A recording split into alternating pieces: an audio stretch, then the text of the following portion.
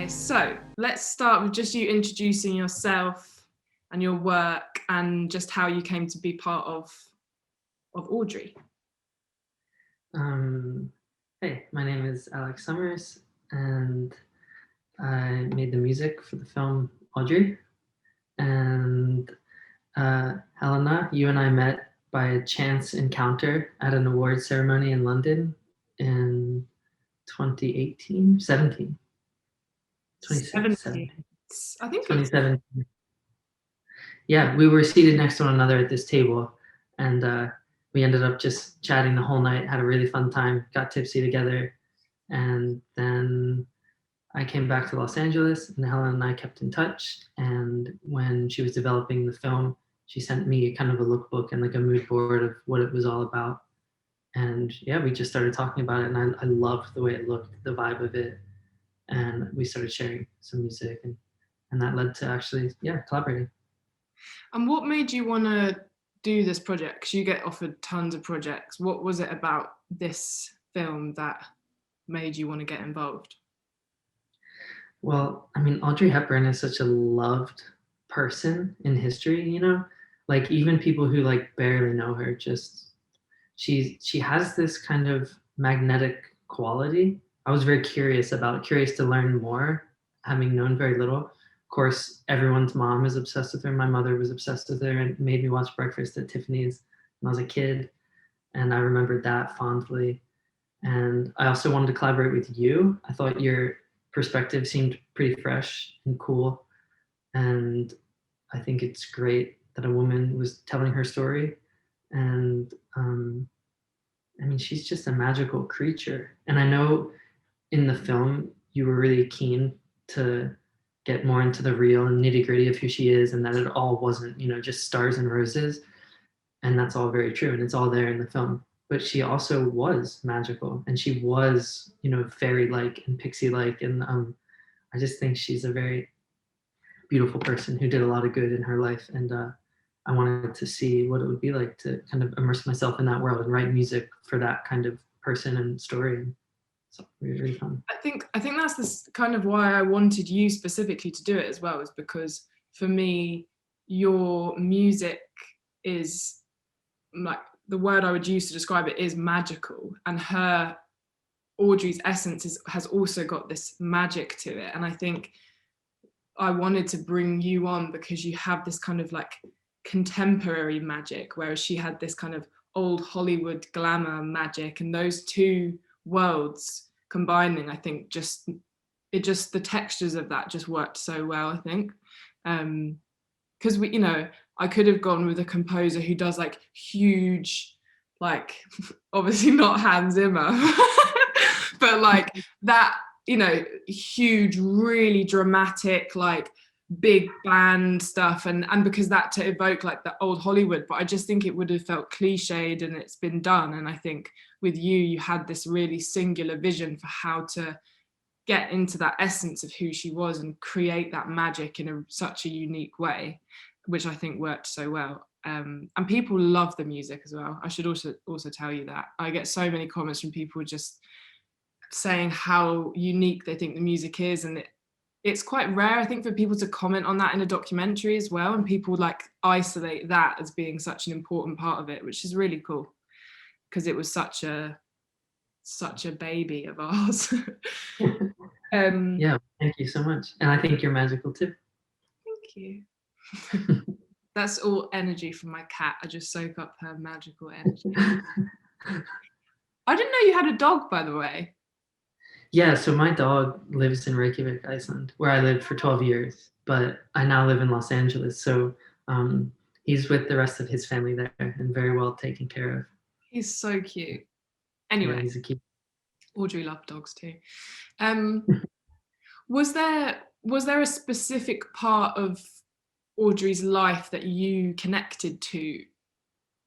Do you connect to her as a whole, or was there a moment, like whether it be her film career or her relationships or her image of herself, like was there anything in particular that you saw and connected with on like a human level? I think the picture where she's wearing elf ears did it. No. I was kind of obsessed with how in like her life was like really dark. I mean, we like you go there in the film and like uh she was so resilient. She was so positive. Why was she so where did that come from? It's just her. It's in her soul. And I think I don't know, I feel like anyone can be that way. It's like really difficult to live your life that way, especially more for some people, more for someone who lived through a world war and famine and hunger and like insane violence of her life. But I think that's the underlying thing for me. It was like in such utter darkness, like where does she conjure that light and that like potential for hope? And like the whole thing of dancing in the cellar to silence, no applause, like it's just crazy to imagine that actually unfolding. Like think about that was real, you know, and like plowing through life and having difficult partnerships and difficult marriages and like always remaining she I feel like she never folded into that. You know, she always had a light like the whole entire time. And I think I wanted the music to embody that, even though there's some like dark stuff in there. Like that was maybe the singular thing I wanted to have. Yeah, totally. I think as well, like when you think back at the time period in which we made this film and you made the music, like the whole world completely changed.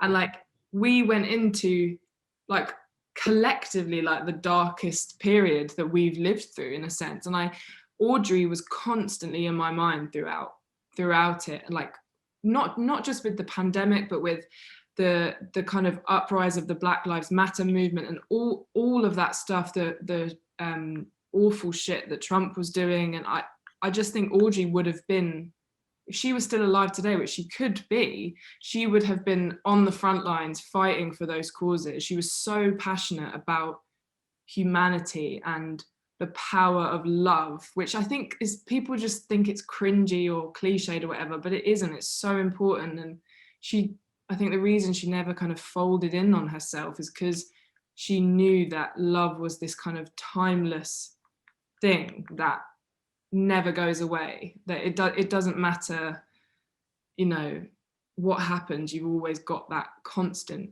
And I think, yeah, and I think the music that you made just reflects that and accentuates that so much, that lightness and that, but not shying away from the darkness as well. Was there like a specific tone that you were trying to create throughout the film, or did it vary from cue to cue, or was there like an overarching thing? Is it that idea of lightness?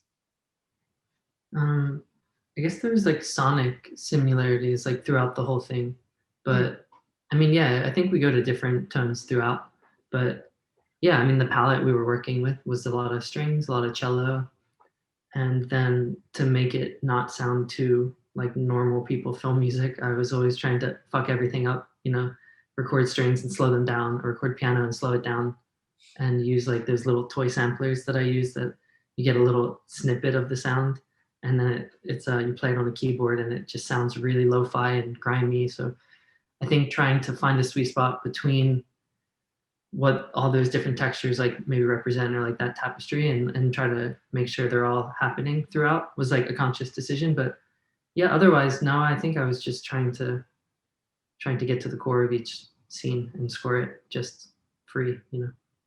And what was the kind of main instrument that you relied on for the score, and why was that instrument chosen? I guess at the end it was just cello and string. Yeah, cello really was the main thing. I think you mentioned cello at one point as like a lovely instrument that you personally thought had a place in the film, maybe. And I have a friend named Gita Valtisdottir, who's an amazing cellist who really understands how to layer herself, which is like not given for a lot of people who play string instruments. And I've worked with her a lot. So, and I can work with her remotely, which is important during COVID. So yeah, we worked together a bunch on this stuff, and so that became pretty central. Using piano and bells became central. It's really that we also used some harp, which was pretty cool. My friend Mary Lattimore is here in Los Angeles, but we also worked remotely because of COVID. that was pretty cool to weave her into to it. It was also a little bit later into the process. We didn't have harps from the very beginning, but we started using that, and that was really cool. And what Yeah. was that like creating? Because obviously I've got my own perspective on filmmaking, but creating a score where you're essentially in isolation, you can't sit down and be in the same room as someone, whether it's me or Mary or whoever. Like, what was that experience like? Yeah, it is weird. It's a little bit like strange, but I guess it's getting more and more normal all the time. And Mm. I'm getting used to it. And I guess you try to prepare something in the studio, like when I finish something and mix it, you know, if you do a playback and you watch it, and if everything's there and it's in its right place, then you just hope that that'll come through to other people. I do wish everyone had the same speakers that I make music on, because they're so delicious and they're awesome. And I know you're probably not referencing, as we were collaborating, you don't have these speakers, and most people don't. But What speakers are they? there's a company called Barefoot, Okay. and I have the ones they're called MM27, but they're just like great. You can hear everything, so it's really fun to work on them, and you just hope it has to translate. And I don't know, I think that's why people like you and I have met, and why I work with people like Mary and Keela, for example, is because it kind of doesn't matter. We've connected as like friends and collaborators, and like we trust each other, and there's like a connection that happened for a reason, and we just believe in that, and then most of the time it works, and then sometimes we're off the target, but we just understand that and find it again. But that's why it's cool to work with cool people. You understand who you are and what you're trying to achieve, so you can accomplish that remotely, you know. And also, when you're making a documentary about someone like Audrey, who you'll never, or I will never meet, you've got to be able to like connect with someone who physically isn't there as well, which I think is such a challenge to do that. But when you're forced to, it kind of, I don't know, you just create it in such a different way. Like if you're making a documentary about someone who is still alive, it's such a different process from if you're making someone who's not, a documentary about someone who's not there anymore. And they both have pros and cons, but just to compare it to that music process, I think it's really difficult, but it's also, I don't know, it can be really freeing as well, I think.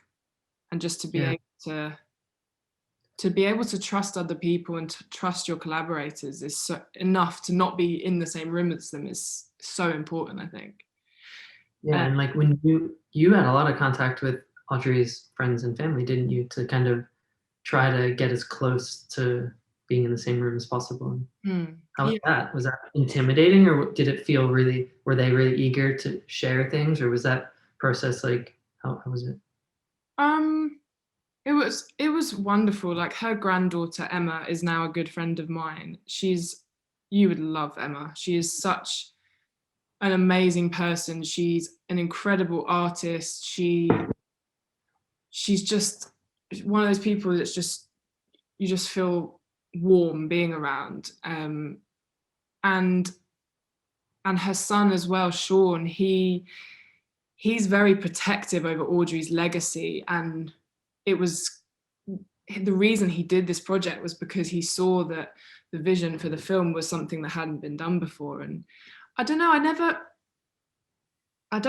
guess I don't get that easily intimidated, because I don't know, I think we all just had the same goal. We all wanted to tell the true story of who Audrey was, and they were always really supportive. And I just, I wouldn't have made this film if I didn't feel connected to her in some way. So that was the kind of the most important thing. And they almost validated that in a way, which was really cool, because it was like I kind of, from my own life experiences, I wanted to make sure I wasn't just projecting things onto her, but we had, some similar experiences. And it was just so cool to have their permission, because we couldn't have made this film without their permission either. But yeah, just having them on board was so special. I wanted to just go back a bit, when we're talking about instrumentation. And for me, one of my favorite tracks in the score is Unraveling, which is the track over Alessandra's dance scene when Audrey's an older woman, and that was one of the first tracks you sent me, and I just wanted to talk to you a bit more specifically about a couple of tracks, but firstly that one, and that one is quite different from the rest of the score, I think, and I just wondered if you can talk to me a bit about how that track came to be. Me too. Okay, so that's like a classic piece that was like really came to life with Gila, the cellist. So I wrote it on piano, and it's like really simple. So the way I play piano, I'm quite bad. I call it, actually my friend, who's an amazing pianist, Nico Mully, he made fun of me like 10 years ago and told me I played like T-Rex. So now I've been saying that for like a good decade. It's like the T-Rex method. But so I just wrote that in kind of like simple block chords. So it kind of just goes up and, or goes around. And then I just layered. First, when I start with Gita, we just double everything I do just to get something, just to get the creative juices going. And then we just dream up stuff together. So typically when I work with her, we don't even use notation.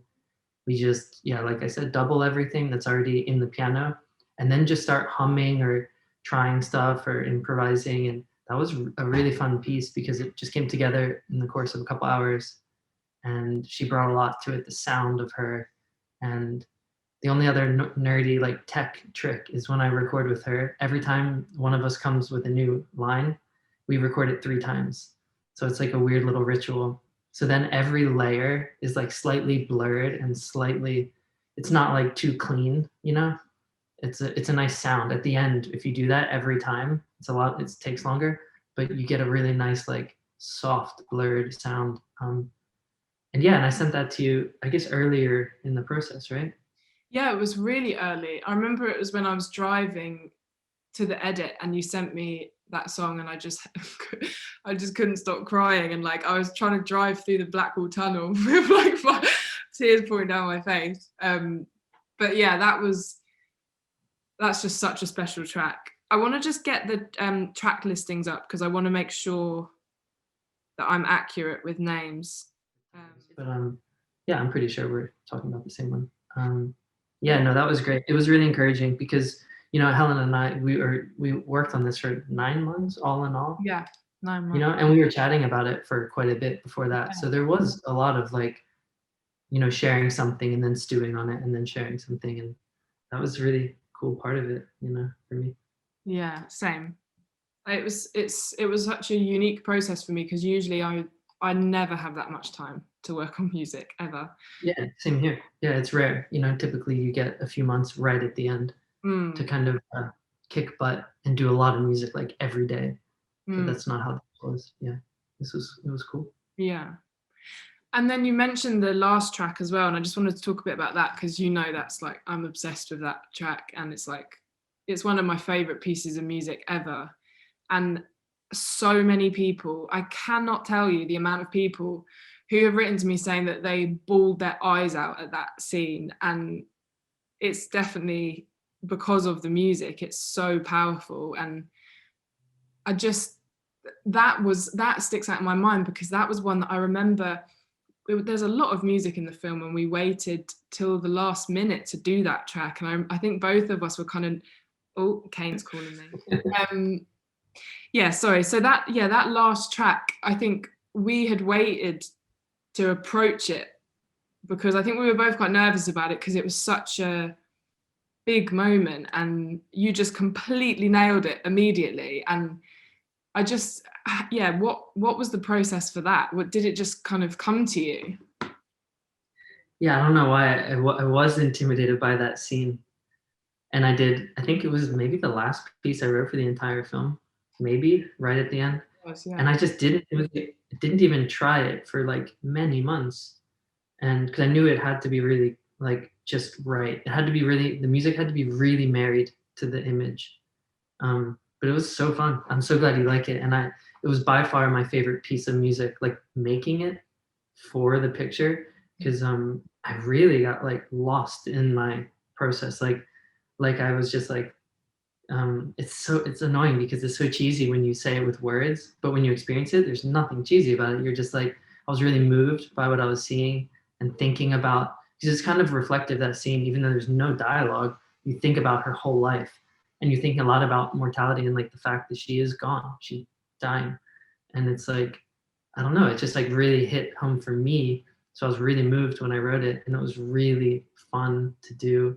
But I wasn't multitasking. I didn't have any phones or anything, and I just probably wrote it in a couple hours, and just, yeah, it was like the only piece that I felt like was really, it just like came together and was like a true collaboration. And like, yeah, we pretty much just mix one is like pretty much it. We didn't really like tinker with it. And I'm so glad that you loved it. And it was, yeah, I don't know, it was just, I was just really moved by the scene, and I'm sure that the scene is why people are, responding to it. It's not just the music, it's like an amazing scene, and it's a really powerful way to end the film. And um, yeah, it's a nice thing when the music and the picture are that married, and I think that's a good example of it. So when I guess this, I don't know if this is the first time in one project you've done documentary and dance, but how does it differ when you're scoring a dance scene to when you're just scoring someone talking about Audrey? How does that process differ? Do you have more freedom with one than the other? Yeah, well, I mean, I guess like I was just saying how I kind of like literally lost myself a little bit, like space and time, and I was like in one of those like states as sometimes creative people go into, where you're just like doing something and you're not like super aware of everything. It's a nice feeling.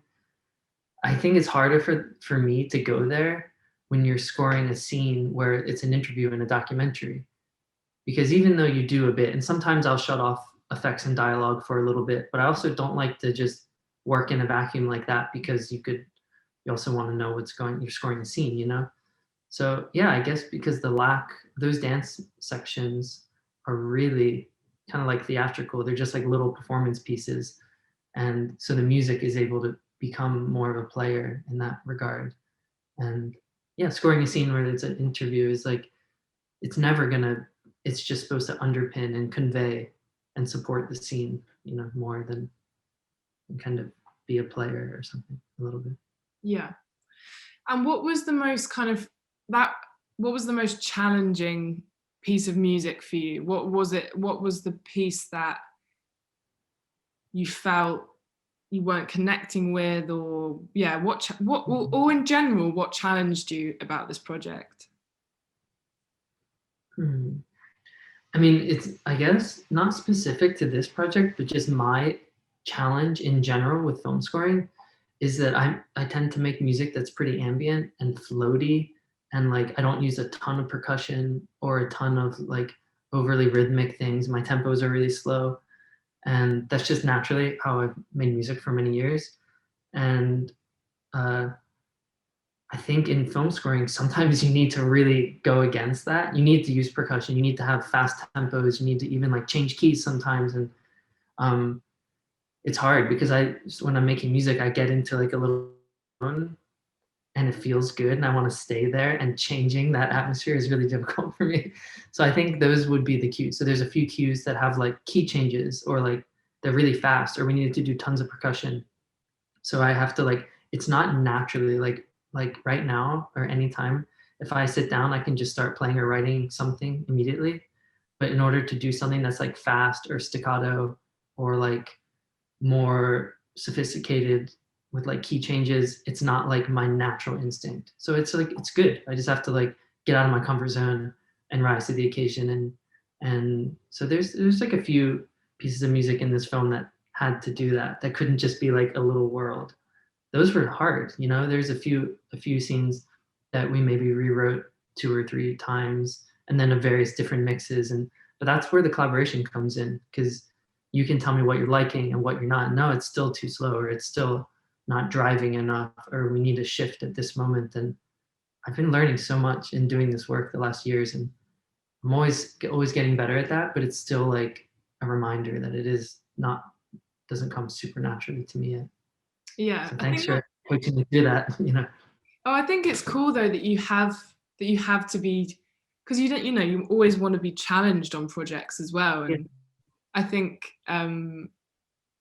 yeah, that those kind of tracks that need more momentum or drama or whatever are often harder to do. But I think it's better to be to be the way you are in terms of focusing more on like ambient sounds and stuff, and then having to push yourself more, because then you end up with, like we've got in the film, really interesting scores that still have that kind of ambient nature but might have some percussion or something driving it, and it just creates, because there's so many scores out there that are just like like so just intense, and like Michael Bay, no offense to Michael Bay watches this, but you know, super intense score that for me like detracts from the film that you're watching and compensates for the lack of direction essentially. And I think it's really amazing for you to come from this aspect of almost like less is more, and then you can push it and push it and push it, and rather than have to dial it back too much. I think that's much more exciting, and it makes it much more open to collaboration as well, because if I was constantly just like, you know, dial it back, dial it down, get rid of all those huge drones, the modulate timps, it would be like, it wouldn't be as fun. Whereas if it's a collaboration where we're back and forth and we're pushing each other and stuff, then it's always more rewarding, I think. Definitely. And I love doing percussion. It's really fun. Like I thoroughly enjoyed some of that stuff. It was like, yeah, I like to be challenged and pushed outside my comfort zone. I just need, that's the collaborative part. I much prefer working collaboratively than totally on my own. You know, it's fun. Same. It's good. So do you have a favorite scene in the film? I mean, probably just that final scene, because I had like a real reaction to it in my own life, like here, you know, like I experienced that and it was really powerful. So it was like a really memorable day for me, you know? So I guess that scene would be my favorite scene probably. But I mean, the movie's lovely. Like it's beautiful. And I still look out for that little snippet where Audrey has the elf ears. Awesome. I just wanted to talk a bit more about your collaborators as well, because I want to make sure that we talk about them. So you mentioned, can you just talk through each person that you worked with on this film and what they contributed to it? Sure. Yeah. So I've mentioned Gita a few times. Gita Valtýsdóttir. She played the cello, and Mary Lattimore played the harp, and another cellist named Timothy Liu played some cello as well. I think that's it. I would need to like check my laptop for the final credits. I'm pretty sure, wasn't that it? And I played everything else. Yeah, I think it was. Though I know there's another name I was thinking of. Yeah, there's so cool how like small it was in a way, but it sounds so just textured and deep, and it's so beautiful. I still listen to it now. Like, so glad you like it. Yeah, I mean, I loved doing it. Yeah. And for you, I just want to ask like a more general question about soundtracks in general. Like, what makes a soundtrack successful in your mind? How does a soundtrack best operate? Let's talk specifically about a documentary. What's the purpose of it? Wow, I don't know. That's a really good question. I feel like I'm not an authority to say. I feel like the things I do and that I'm drawn to are pretty like narrow in scope, and I'm such a weird like sonic person that I like things that sound a certain way or come across a certain way. So like it's not just the melody or the rhythm, that's like 50%, and then it's also how it's presented, the production quality and the kind of sonic fingerprints of the players and the recording. So all that stuff happen when I hear music. I'm like thinking about that kind of simultaneously. So I'm definitely switched on to people who are making music with those things in mind, a little more like thoughtful around like all the senses. It's not just play these notes or something, although there's a lot of amazing music that is like that, you know, just the notes are amazing. But yeah, I'm not sure. Yeah, you totally get that with you though. Like even when I came to see you at but the Barbican in London, and you did the Rice Boy Sleeps performance, like just all the little things that are happening on stage that I've never seen, like all the audience having popping candy and stuff, like those little sonic but it was so cool. Like I've never been to a performance like that. I remember I'd be watching, I'd be like, where's that sound coming from? And then you'd be like in the corner, or someone be in the corner like with bubble wrap or like doing something. And I just think like the word that keeps coming into my head when I think of your music is just the textures of it, and how many different textures there are in one piece of music.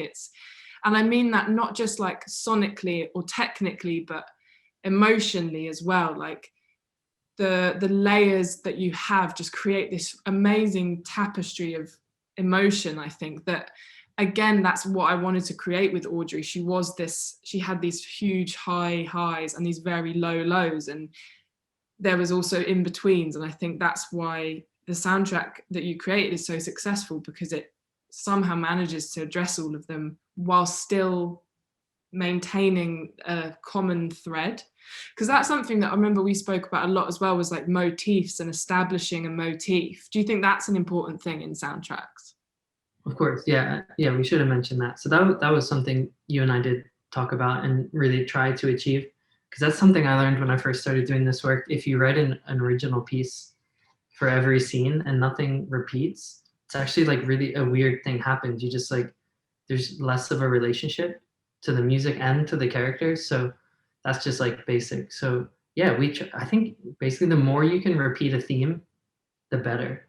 Like all the soundtracks that we know, if you know it from your childhood or anything, it's really repetition.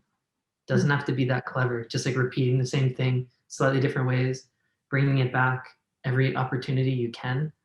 I think I'm always trying to do that more too, because it's easier in a way to forget and just like write something for the scene, but you just try to reuse. So we do that. We have a few themes in this film that come back.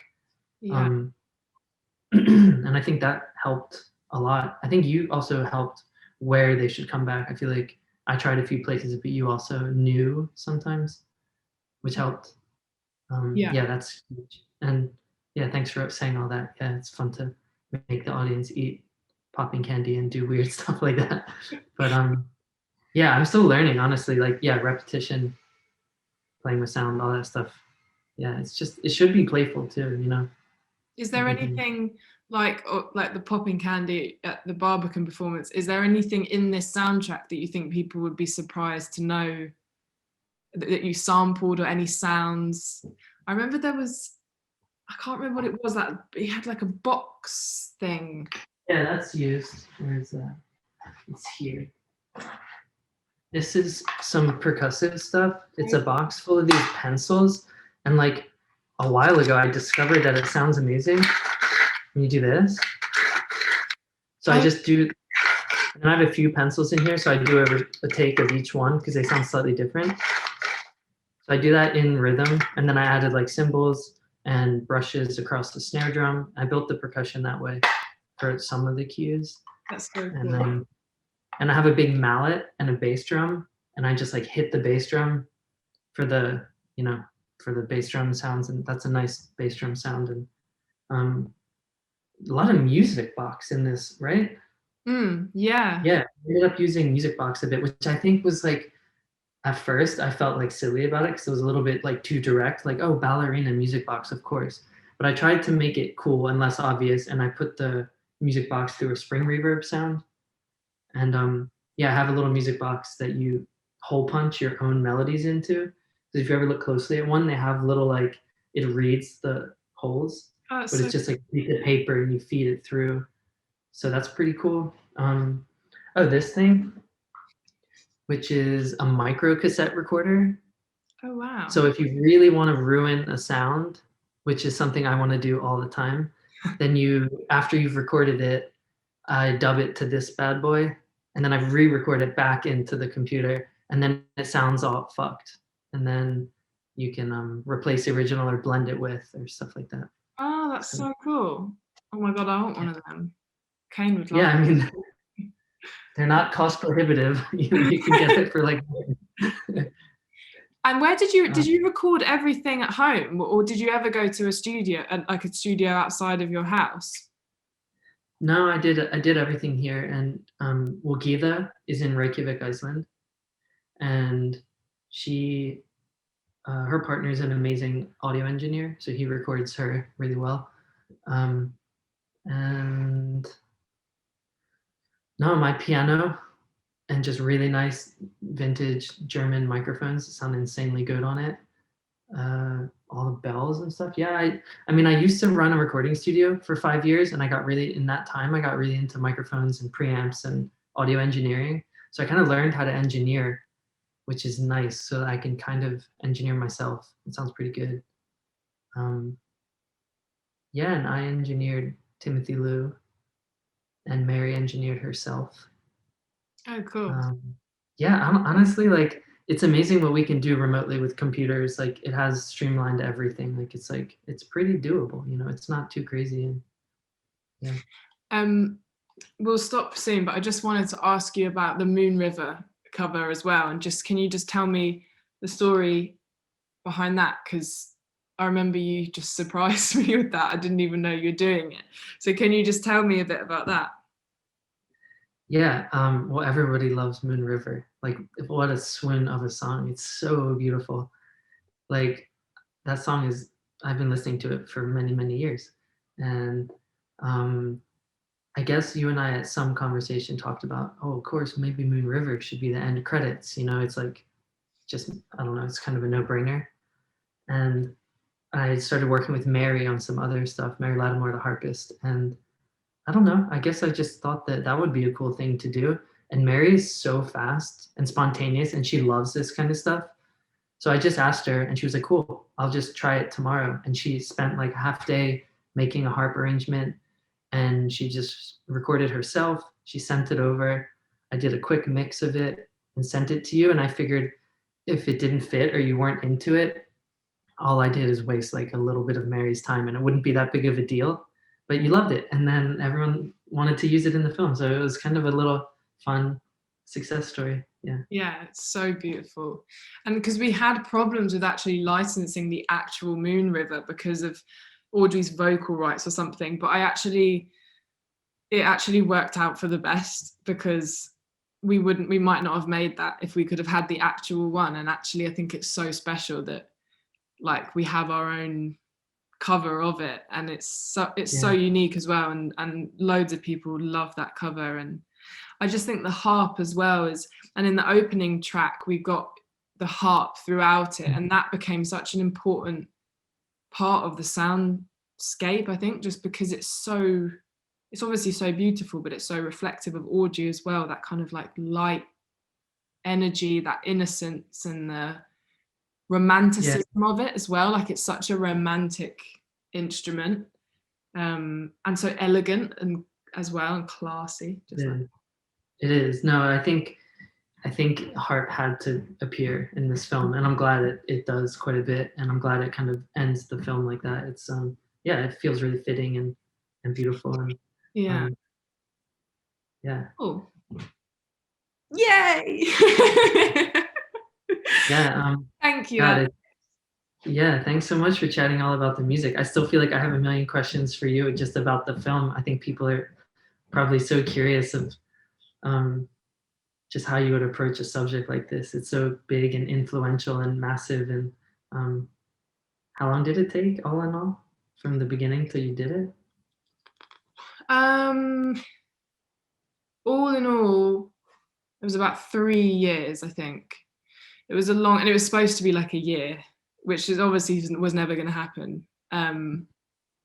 But it was, yeah, it's so funny because it is, she's such a big subject. She's such a famous woman, and yet we were all working from home all around the world. Like it all felt quite small in a way, and we were able, thankfully, to go and shoot all over the world. But when it came to the edit, we finished this film in lockdown. We did all the music in lockdown, and it was such a strange way to make a film, but also so amazing. And I just think it allowed me as well to just feel so much closer to her than I otherwise would, because she was like, when the whole world was basically turning to shit, she was like the one constant presence that I could go and look at a picture of her, or watch the cut, or listen to one of your tracks, and I don't know, it's like she's timeless. So it was very good to be reminded of something that's kind of timeless in what has been a really difficult time. Um, so yeah, Well, thank you so much. Yeah. And I can't remember if we're supposed to say the vinyl's coming out or not. But I I thought it was. was a secret. What did you say? I thought it was a secret or I something. think it's a secret. So Great. you can cut this out.